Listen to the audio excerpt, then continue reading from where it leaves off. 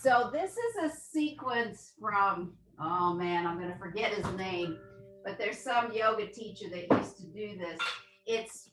It can be done. I mean, we used to do it just sitting on the block, like in thunderbolt pose, but you can sit on a pillow or anything. And if you don't want to sit this way, you can sit cross-legged or just sit higher, whatever way you can sit comfortably, because this is a whole sequence. I actually used to do it in my men's class every week. So I'll start it from, so you can see behind, and I'll just change position. So the first movement is getting the towel or the belt so that you're able to lift the arms overhead and bring them down straight. So sometimes that requires the arms to be quite wide, but we're circumnavigating the shoulder girdle, the shoulders here. So the goal would be, you do it wide for a while, and then maybe you can bring the hands a little closer. So it's an inhale, the arms come up, and then the exhale, the arms come behind. And then I'll do it sideways now. And you're trying to not arch your back, but you're trying to lift the abdominals. Inhale up, exhale down. Inhale up to the top, exhale back. Inhale up, exhale back. Now, sometimes what I like to do is when you're up, you can slowly bring it back to feel where you get the stretch. Now, as a swimmer, Steve and I really like opening the shoulders like this. Like you can go slow and find that edge where that tightness is perhaps,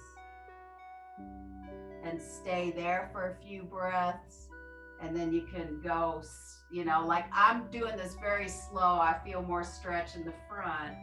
And so you can play with, this range of motion and going quite slow to see if you can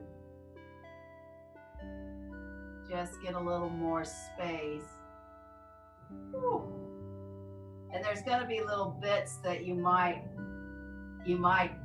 jump, it might be hard to go through slowly that full range. You might just want to jump, but you can make the range smaller if that helps. So then the next one stretch here is you can bring the belt a little, or the towel or belt a little closer, or maybe you need to keep the arms the same. What you're trying to do is lift the right hand up and the left arm directly behind you. And meanwhile, I'm sort of distorting my back to look over towards the camera, but you're trying not to do that. And then you inhale up and bring the right arm back. And then another little bit in here is bringing the belt a little bit closer. So you bring the arms straight up. And this is similar to what I was showing you going slow, but you bend the elbows so that that belt is coming more behind you. And I feel the stretch this way. It also gives you a bit of bicep work. I mean, the point is not about the bicep work, it's about the shoulder stretch. And then you inhale the arms up again, and then you slowly again bring the elbows back. It's like you're pulling that back behind you.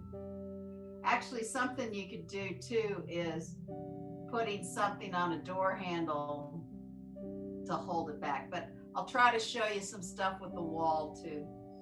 And then inhale up again. And then exhale one more time. And then you release the belt and interlock the fingers behind you. And then bring them over. I've got them to my left hip. So then the left elbow is trying to point behind. What's nice about this pose is you use that right arm on your hips, like you can lift your abdominals into the back there. So it gives you something to feel.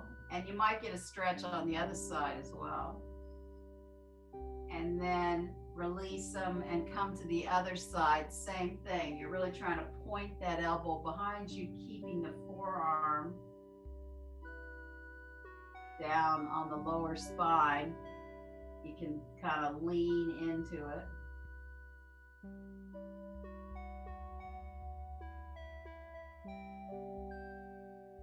And then we'll do Guru Dasana arms, which is eagle arms.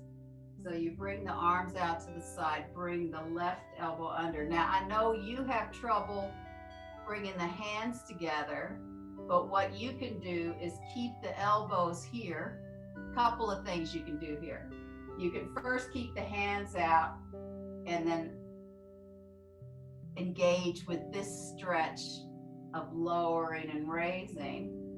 You can also bring the hands to the shoulders and do this same movement to lift the elbows up.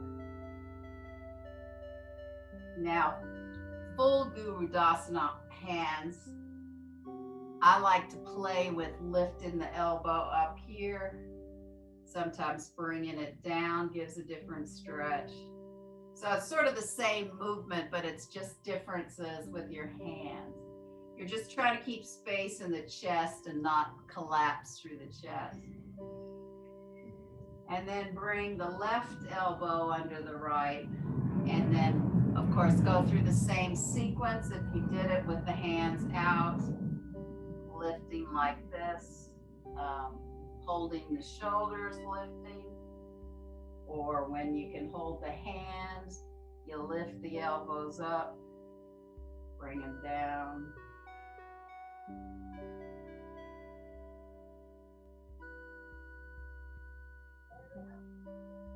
And then before we do the Gomukhasana arms, the first thing you'll do is just hold the right elbow up, and you're trying to bring it closer to the ear. This, of course, will give you a stretch in the triceps, but you're also trying not to like bring the chin down or arch the neck up. You're just trying to keep the head right there. And your hand may only come into your neck, or it might touch your shoulder. Eventually, it might come between the shoulder blades. But then if you can leave the arm up there, you can take the other hand and bring it behind. And see, you can play with both of these movements by themselves. So, you know, this is the full pose when you hold the hands, which I'm not exactly doing. But you can also play with the opposite arm just coming in the back, and then you can put your hand in the front shoulder and just give yourself a little massage to roll that open. I mean, you can even bring the other hand to the shoulder blade as well. So there's many ways to play with that particular pose. And there's also this variation with the towel or the belt, where you bring that arm up and this arm behind, and you hold the belt. And again, this is when you can play with pulling the belt down or pulling the belt up, and then trying to walk towards the hands. Take the left elbow up, and again, you can even bring the thumb and the first finger to the side of the elbow to really point it up, and the back of the hand can come to the shoulder blade, the neck, or in between the shoulder blade, and keeping the neck from being distorted here. And then the next part, of course, is bringing the right hand behind. And then again, the variation was bringing this hand behind and just bringing the other hand in front to massage through the collarbone out to the shoulder. So this is the place I'm always talking about. We're trying to create space. And then, of course, the other option was the belt. So or the towel, where you hold it behind you so that you can play with pulling that down or pulling that up.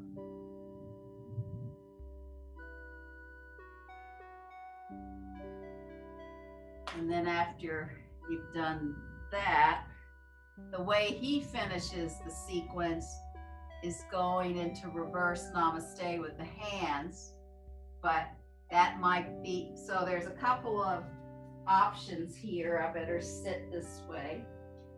One option is to point the fingers down and keep opening through the front of the shoulder.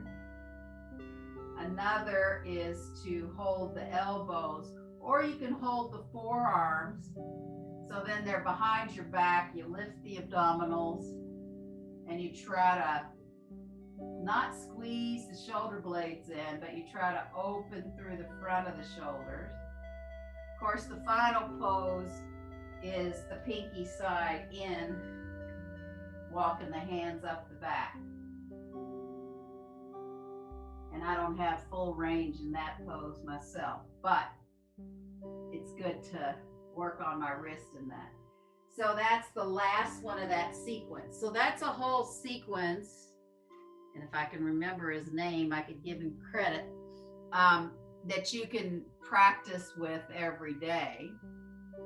And, you know, I don't know if you feel like that gave you a little bit more room in your shoulders.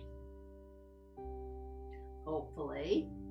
I hope sometime you can find some blocks, because those are good to give space for the shoulders. But in this pose where we come on all fours, we can take I've got the right hand going down to the left shins, and you bring it, I guess it's the top of the shoulder that's kind of on the floor, and depending on your head, you might need something underneath your head if you have trouble with the neck.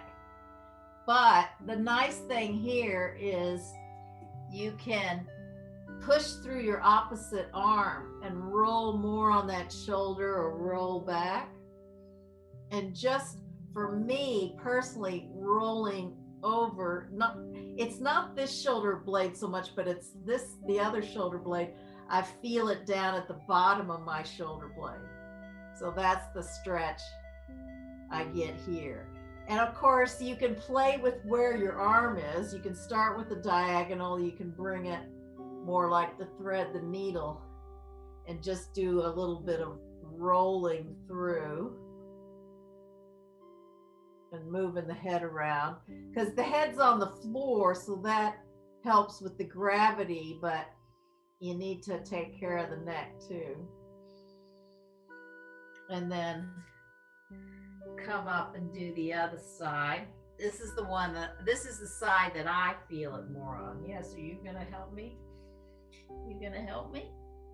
So when I come down here, I can really feel it at the bottom of my shoulder blade. So it's a really nice personal stretch for me.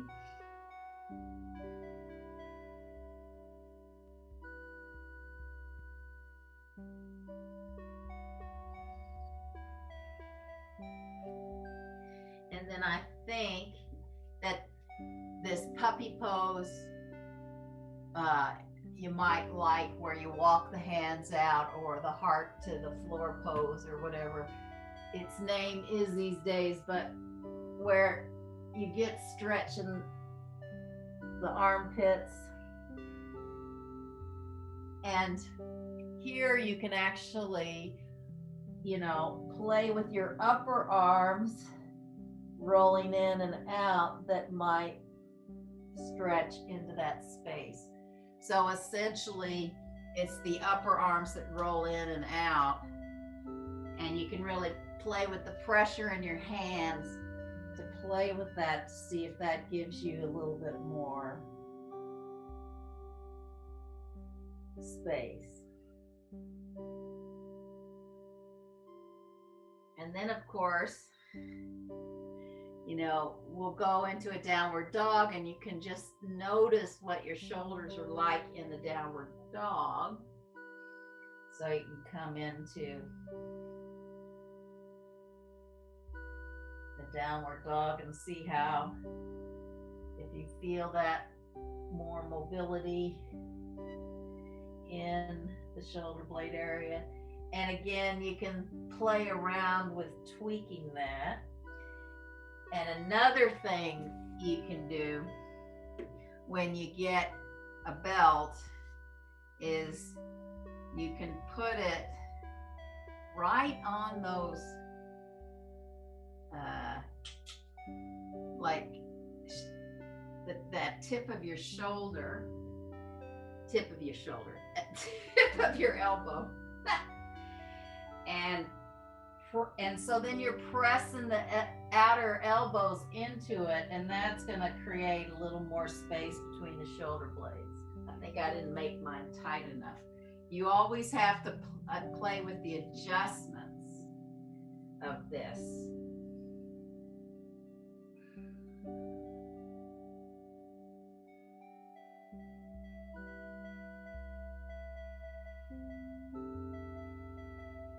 Walk your feet and hands towards each other. We used to do this in class, where you start standing with your hand to the wall,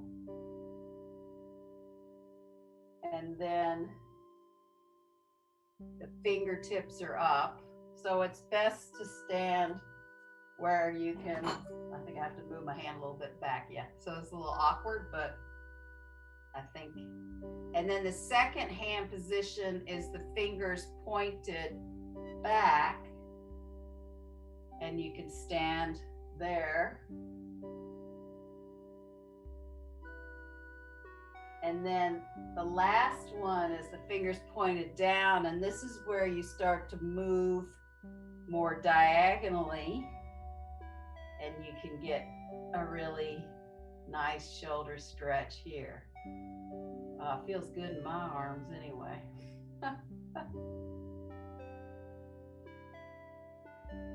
And then we'll need to do the other side.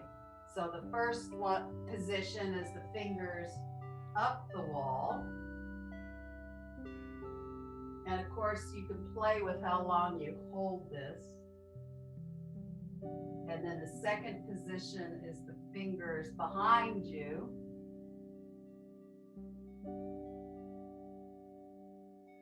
And then the third is the fingers down, where you move the feet and you get a bit of a stretch. I like the stretch. But you just go with whatever you can tolerate, and you might count your breath in that pose. You might time yourself. Now that we all have cell phones that have little timing devices on it, you might do that. We had those, positions with downward dog and the block too, where against the wall, that had the hands turned out in the wall. Then we had the fingers turned in, that did something to the shoulders. And then we had it diagonally up, where it was supporting the hands like that. So those kind of things do different things to the shoulders as well. So if you're in the middle, oh, well, we might as well do this one. This one's always a good shoulder one, is interlocking the fingers. And then, you know, you can press them low to start with if you want to give yourself a little bit more range. And then you can slowly bring them up and feel where the tweaking is, or where you might feel a little more jagged movement. And it doesn't have to be all the way to the top. You can keep them more forward, but that helps straighten the arms for one thing. And I feel more space between my shoulder blades doing this pose. But you can play with that range with this to see where maybe you get more stretch. So even just being here in the middle is really nice too. I feel a good stretch there. And then we'll do the other crossover. I have to remember which crossover I did. And again, you can start really low with it and bring it, you know, slowly up. Or you can go to the top, or you can just go to where it feels right for you today.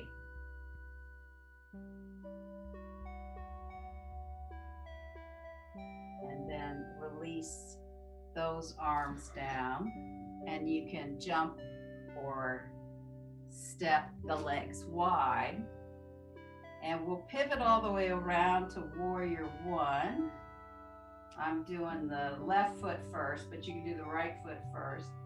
And then when you bend down, hold one hand behind. So hold I have the left leg forward, I'm holding the right hand behind me. And that's a nice way to work your abdominals, but get that stretch through the shoulder blades.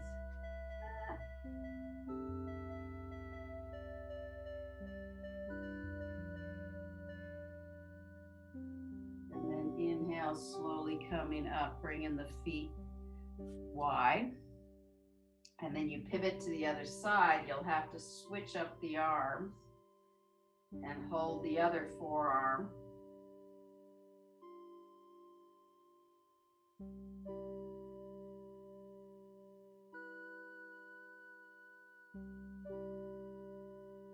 And then slowly come up, bring the feet parallel, and stepping or jumping back into Tadasana.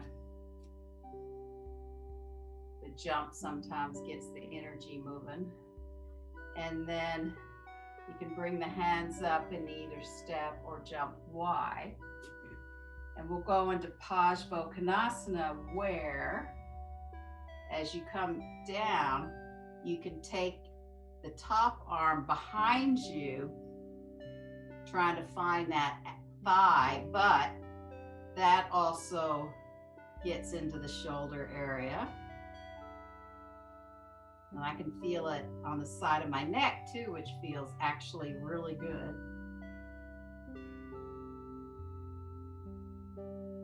So you're really pressing into those feet, feeling the power there, and getting that stretch in the upper shoulder. And then inhale, slowly come up, feet parallel. And then take, I guess it'll be your right foot, and then your left foot. And you have the top arm you bring around, try to find that outer thigh, and then you're getting some stretch through that shoulder. And I can demonstrate from the other angle so that you're getting that stretch in the shoulder blade.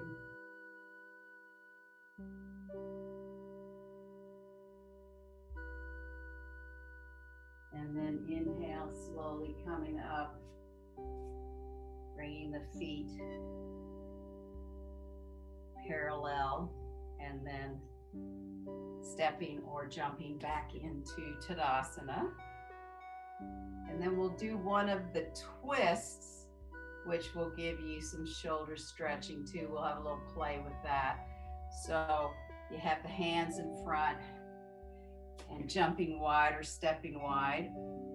And then you're gonna come around like warrior one. So that Parsvakonasana twist, or Parivita Parsvakonasana. And then, you know, you can sort of stay here and gradually bring that elbow over and see if you can get some stretch in the shoulder there. And then if you want to put your hands in prayer, you can.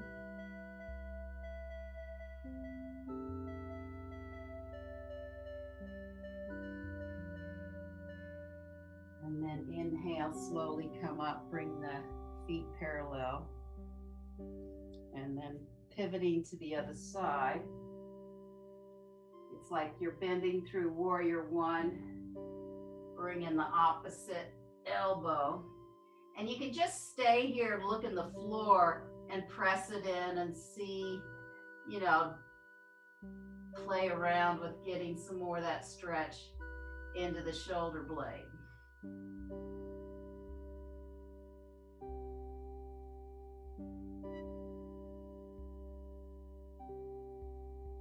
And then slowly come up, bring the feet parallel, and jump or step back into Tadasana. So just a couple of breaths there. And then we'll just go into tree for a nice little transition to the floor. And step on your left foot and bring your right foot up. And it can be low if you're feeling like it's,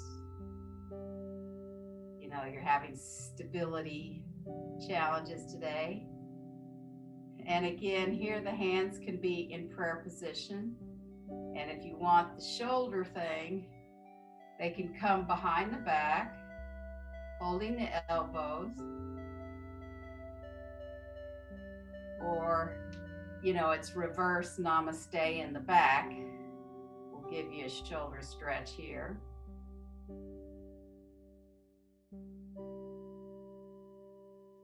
And then you can release the arms and the leg. So I'll do the second one. Turn the other way just for the arm approach. So I'm going to be on my left foot, but you might be on your right. Bringing the foot up. And the start of the hands behind the back is just holding the elbow. And then reverse namaste.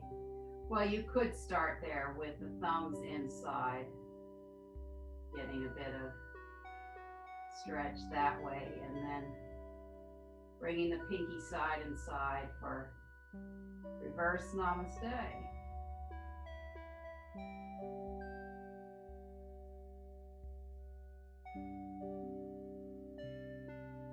And then slowly releasing the hands and the foot. And then, I don't know if you have a chair, but other ways to get shoulder stretches with things at home. So the chair at home is bringing those elbows together and then head down. And of course, you can play a little bit with cat and dog in the spine, just getting more of that stretch, but that's also another way to get some shoulder stretching.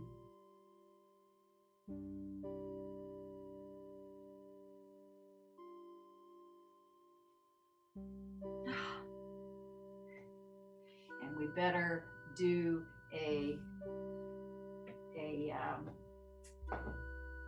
however you want to do Shavasana. So you can put something under your pelvis and the legs in the chair. So I might do it this way. You can do feet up the wall. Now, if you want a few breaths with another gravity shoulder thing, you can, bring the arms into cactus. You can have a few breaths holding the elbows overhead or wherever they land. I mean, this is also where where's my other one? If your elbows don't get on the floor, you could put something behind and support the elbows. So you can start there, few breaths and holding each side, and then bring the arms next to you, or just have the arms next to you, or the cactus. And again, the cactus can be supported. I think I used to put things under your arms for the cactus. So those are just a couple of options for Shavasana with a little bit of extra support with the shoulders. So let yourself settle into whatever variation you're in. So many options.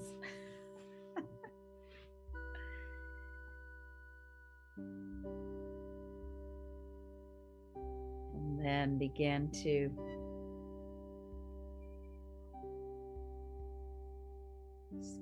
soften your breathing.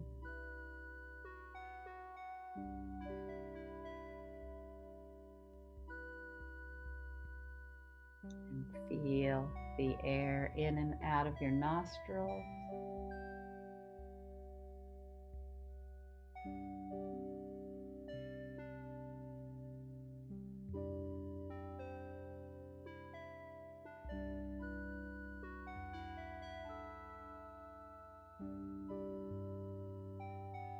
And see if you can feel your legs from your toes through your insteps, tops of the feet, your ankles, your lower legs, shins, calf muscles, your knees, your thighs, dropping back into those thigh sockets so both legs are nice and relaxed.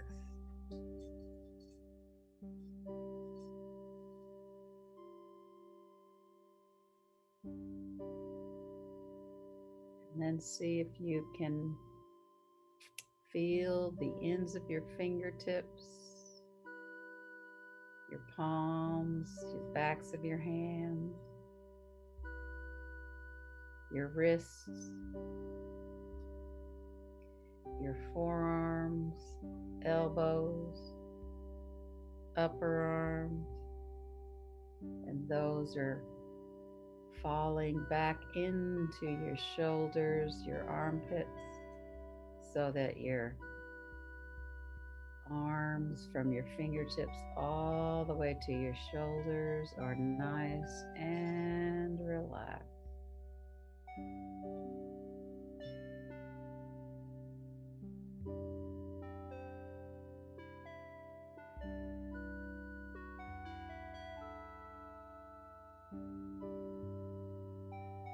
Front of the pelvis soften, sides of the pelvis, back of the pelvis is softening. Front of the rib cage, sides of the rib cage, back of the rib cage softened. Upper chest, sternum area softens. Shoulder blades, space between the shoulder blades are softening. So your whole torso from your shoulder girdle all the way to your pelvic girdle is nice and relaxed.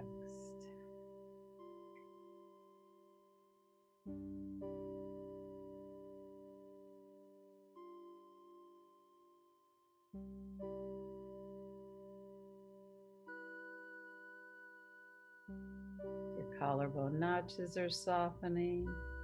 Your throat softens.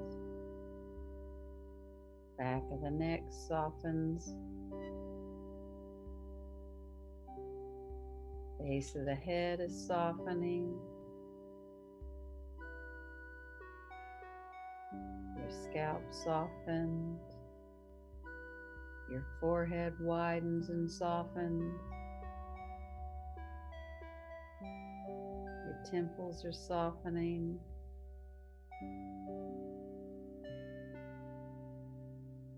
Your eyeballs rest in the eye socket. Your cheeks are softening. Your jaw softens. Your lips, teeth, and tongue are all soft, and your chin is softening. So your whole face, head, neck, and throat are relaxed.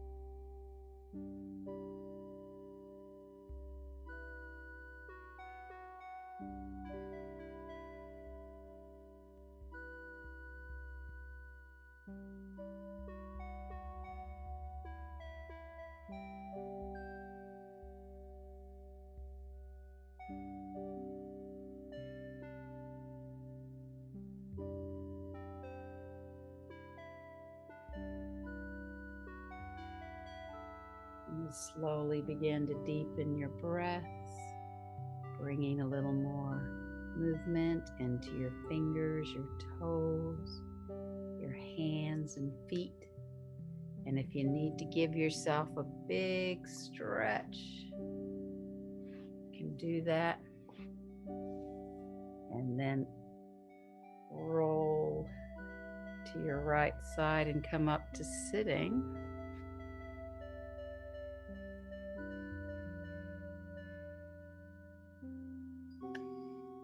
And thank you and namaste.